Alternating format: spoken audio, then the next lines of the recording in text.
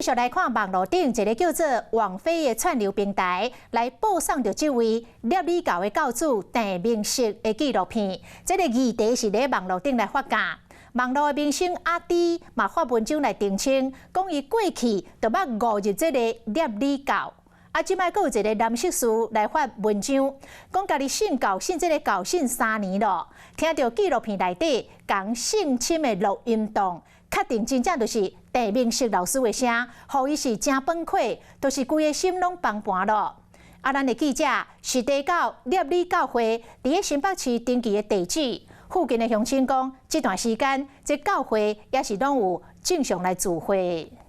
跟教的面谈出来以后呢，不是摸胸部而已，你懂我的意思吗？ 大头徛真在讲起教主侵犯的恐怖经验。几廿年前，南韩摄理教的教主郑明析，被指控侮辱几廿百个女性，走去香港中国了后，佮继续伫咧犯案。伊的歹心独行，互翕做纪录片，让摄理教伫咧亚洲设真侪点，伫咧台湾冇教会。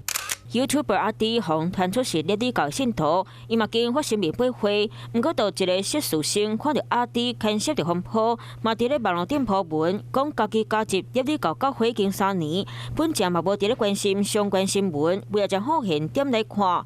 当伊听到郑明析的录音档，规人总讲起，这正版绝对是老水声音。伫咧宣传影像内底听过真侪摆，毋敢相信家己拄则听到啥，嘛讲家己心内信仰已经 毁掉一半。基督教福音宣教会的创办人郑明析先生，在韩国2009年的审判，因着存有人证物证上的争议，希望各位可以一同检视2009年的案件审理是否真的是没有争议的。除了纪录片播出来了后，出面驳回基督教福音宣教会，论证摄理教伫咧各县市使用的名称拢无同。学生伫咧网络顶讲，教会势力基本上已经侵入真侪间大学，事实上以课业、生活辅导，或者是举办活动来向学生加入。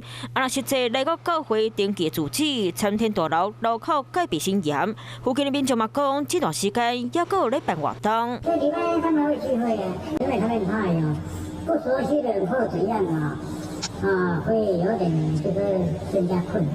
毋过，嘛有学生去讲，郑明析假使真正是一个罪犯，哪会有这么侪人甲伊对调调咧？网络顶真侪讲法，看起来这个风波未这么紧收煞。 Hello， 大家好，我是乃瑜，要教给大家2个任务。第一个，华视新闻的脸书专页，你按赞了吗？还有华视新闻的 YouTube 频道，赶紧订阅起来，还要记得按赞，开启小铃铛哦。